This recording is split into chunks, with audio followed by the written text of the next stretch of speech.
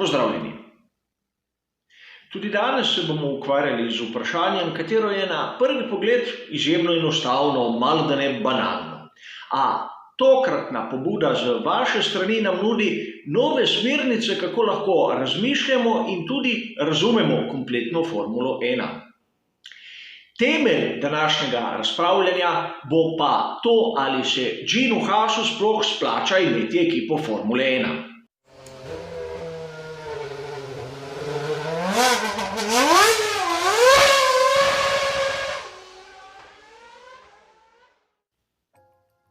Najprej se moramo zavedati, da budget cap še ni stopil v veljavo, da finančni pravilnik tudi ne in da komaj v naslednjem obdobju pogodbe Concord bomo imeli malce bolj pravično razdeljen tisti denar, ki ga dobi Formula 1 iz televizijskih pravic. Bolj pravično v tem smislu, da bodo tiste manjše ekipe dobile malce več. In takrat verjamem, da finančno gledano se bo ekipam, kot je tista Gina Haasa, bolj izplačalo biti v Formuli 1. Ampak vprašanje, pobuda je aktualna, gleda na današnji čas. In čeprav nimamo tistih točnih podatkov, ki bi si jih želeli, si lahko marsikaj predstavljamo. Namreč vse tiste številke, ki jih vidimo v raznih virih, so le plod špekulacij. Šele v naslednjem obdobju bomo lahko videli zares, koliko ekipe porabijo, da so v Formuli 1. In treba je razumeti, da to, da se nekaj izplača, ima lahko več zornih kotov. Namreč Gina Haasa lahko žene enostavno strast do dirk in ukolikor doseže dober rezultat, pa ne glede na finančni vložek, se mu to izplača. In seveda videli smo po filozofiji Gina Haasa, da ne vlaga toliko, kot bi lahko. Torej ta točka odpade. In mislim, da je najbolj pošteno, če gledamo, če Gin Haas s svojim udejstvovanjem v Formuli 1 ne izgublja denarja, da bi ga pridobival, sicer dvomim. A pojdimo še korak naprej, kajti ekipa Gina Haasa je fenomen v tem obdobju. Namreč videli smo, da ima težave s pokrovitelji. In napisi, ki so na bolidih Formule 1 ekipe Haas, praktično zrcalijo to, da sam lastnik vlaga sredstva v to svojo avanturo v Formuli 1. Podobno kot pri Red Bullu, čeprav še zdaleč ne enako. In seveda spomniti se moramo tudi tiste avanture v sezoni 2019, ko so imeli imenskega sponzorja Rich Energy Drinks in kako se je zgodba končala. Mislim, da tudi tu ekipa Haas ni dobila vseh obljubljenih sredstev. In seveda te iztočnice so zelo zanimive, a nekako nakazujejo v neko drugo smer. Ne samo, ali se Ginu Haasu izplača, in zopet govorim finančno, biti v Formuli 1, ampak ali se vsakomur izplača biti v Formuli 1. Je kdo izmed konstruktorjev v celotni zgodovini sploh obogatel s Formulo 1, ali smo videli samo tiste zgodbe, katere so se klavrno končale za zasanjane premožne ljudi. Seveda poznamo izjeme in poznamo večino, a skušal bom nekako razložiti, kako deluje filozofija v svetu Formule 1. In na koncu bomo sicer ugotovili, da se Formula 1 ne izplača, če gledamo samo iz te finančne strani. Prvi primer, da se Formula 1 ne izplača, je Alfa Romeo. Svetovni prvaki v letu 1950 in 1951. Leta 1952 so preprosto izginili. Zakaj? Ker niso dobili subvencije strani italijanske države, da bi na novo razvili bolid Formule 2. Namreč v svetovnem prvenstvu leta 52 in 53 so tekmovali z bolidi po pravilniku Formule 2. In Alfa Romeo je praktično zaprl vrata svojega oddelka Formule 1 tako hitro, da je takratni aktualni svetovni prvak Juan Manuel Fangio ostal brez ekipe. Ukolikor kdo ne verjame, naj pogleda, ki je dirkal v sezoni 1952. Podoben primer na koncu tistega desetletja leta 1958. oziroma sezono naprej. 58. imamo prvega konstruktorskega svetovnega prvaka in to je bila britanska ekipa OneWall.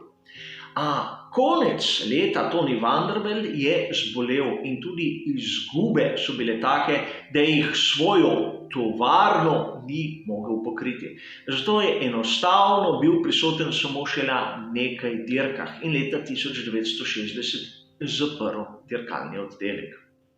Seveda, zgodbe, ki se ponavljajo skozi celotno zgodovino Formule 1 in vidimo, da imamo kar nekaj takih malce žalostnih zgodb, ko so ljudje praktično samo zaradi svoje strasti izgubili celotna premoženja.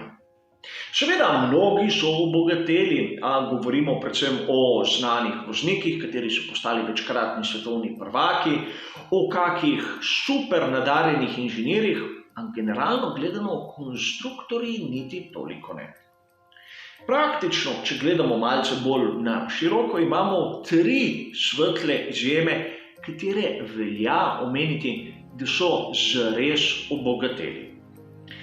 Prva oseba, katera je obogatela s Formulo 1, je nedvomno Bernie Ecclestone. Seveda, že prej je bil premožen, ko je kupil Brabham, je naredil prvi korak in potem, ko je hočeš nočeš prevzel Formulo 1, je naredil drugi korak. In seveda, mnogi smatrajo Bernieja Ecclestona kot hladnokrvnega biznismena, a Bernie, po mojem osebnem mnenju, ima izjemno rad Formulo 1 in goji gorečo strast do tega športa. Kolikor koga zanima, sem pred časom naredil, po mojem mnenju, zanimiv prispevek o zasebni zbirki bolidov Bernieja Ecclestona in tam se vidi malce tudi njegovo drugo plat. Kot ponavadi, bližnica do tega in drugih zanimivih prispevkov je v opisu. Drugi primer, na katerega ne smemo pozabiti, je Ron Dennis. Ron Dennis je začel kot mehanik pri ekipi Brabham. Nato se premaknil v nižje formule, postal lastnik ekipe in na koncu je kupil s pomočjo pokrovitelja Marlboro McLaren. In seveda, mnogi navdušenci poznajo tisto zgodbo, kaj vse se je dogajalo v 80-ih in nato naprej. Ko je Mansuro že izplačal Rona Dennisa, ga je izplačal izjemno bogato, kajti iz propadajoče ekipe je naredil eno izmed najmočnejših in najbolj prepoznavnih ekip Formule 1, čeprav danes v tem trenutku se jim finančno ne piše preveč dobro, a to ni važno. Ron Dennis je drugi primer, kateri je izkoristil vlogo konstruktorja, da je obogatel. In tretji primer od tistih, ki so meni znani, je Eddie Jordan. Eddie Jordan je tudi znana osebnost in tudi danes v marsikaterem viru najdemo kako njegovo izjavo, katere pa niso zmeraj preveč posrečene, a ni važno. Ko je Eddie Jordan prodal svojo ekipo, je zaslužil ogromno. A mnogi pravijo, da tudi predtem marsikatera donacija oziroma pokroviteljstvo je poniknilo med raznimi družbami, kateri sestavljajo grozd ekipe Formule 1. Pustimo sedaj to. To so le 3 izjeme med mnogimi drugimi primeri, katere potrjujejo pravilo. Med tistimi, katere se lahko spomnimo v zadnjem trenutku, je seveda Vijay Mallya. Vijay Mallya in njegova ekipa Force India, katera se je danes preimenovala seveda v Racing Point, je lep primer tega, kako nekdo, kateri je vzel ogromno denarja na posodo in hotel biti velik, ga je zapravil bistveno več od tistega, ki se ga je lahko privoščil. In seveda, mene osebno boli, ko vidim to osebo danes v pedoku Formule 1, kajti po svetu je dolžen preveč in baje si ne upa zapustiti Velike Britanije. Ukolikor bi prišel v Indijo, mu ne bi pisalo se lepo. Drugi primer je družina Williams, katera je eden izmed temeljev sodobne Formule 1. Dali so Formuli 1 dosti, a v zadnjih letih njihova ekipa je postala jama brez dna, zato so se odločili ekipo praktično prodati. In podobna zgodba je s tistim, kar je bila nekoč tovarniška ekipa Renaulta Nato je postala Lotus pod Genie Capital in nato jo je nazaj kupil Renault. Govorimo o tistem oddelku, ki se nahaja v Enstonu, kateri je začel kot Toleman, nato postal Benetton in zgodba je poznana naprej. Namreč videli smo finančno družbo, v kateri so bili zasanjanci, govorimo o Gerardu Lopezu, in kateri so hoteli biti veliki v Formuli 1. Prišli so, dosegli so neke rezultate, a problem v Formuli 1 je, da denarja ni nikoli dovolj. In videli smo na koncu, da je moral sam Bernie Ecclestone plačevati hrano mehanikom takratne ekipe Lotus, da niso bili lačni. Tako huda je bila finančna situacija. In še bi lahko naštevali. Celo sam Ken Tyrrell je obubožal in Bernieu Ecclestonu, zopet tistemu omenjenemu Bernieu Ecclestonu, se gre zahvaliti, da je vstopil ob prodaji ekipe, ko je prišla takratna British American Tobacco, katera je ustanovila BAR, da je zvišal ceno ekipi Tyrrell in tako nekako priskrbel ubogemu, bolnemu Kenu Tyrrellu neko mirno starost in nekaj za njegove potomce.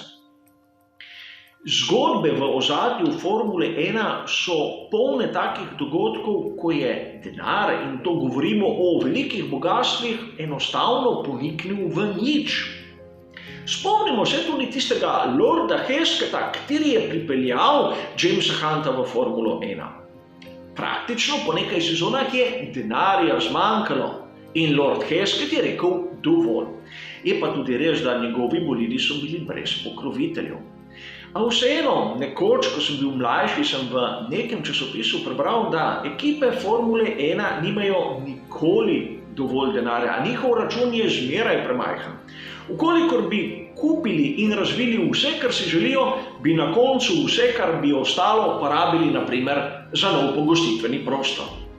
Zato moramo razumeti, da v taki zgodbi, kot je Formula 1, da bi nekdo zaslužil, kot sem že povedal, je prej izjema kot pravilo. A po drugi strani imamo v današnji Formuli 1 lep primer, ko pokrovitelj kupi ekipo, celo dve, in je uspešen. Govorimo o koncernu Red Bulla, kateri ima Red Bull Racing in seveda Alfa Tauri. Zakaj se njim v navednicah izplača biti v Formuli 1? Kajti oni so glavni pokrovitelj ekipe. Zbrali so si biti v tem športu in če se pravzaprav dobro spomnimo, v začetku so bili pri ekipi Sauber kot pokrovitelji in ne kot lastniki. In verjetno vložek v ekipo Sauber je primerljiv s tistim, kar imajo danes pri ekipi Red Bull. Seveda, ekipa Red Bull je uspešna, dobi kar lep, zajeten kos pogače tistega denarja iz avtorskih pravic in zato je vložek, ki ga da sam Red Bull v ta šport, sorazmerno vzdržen.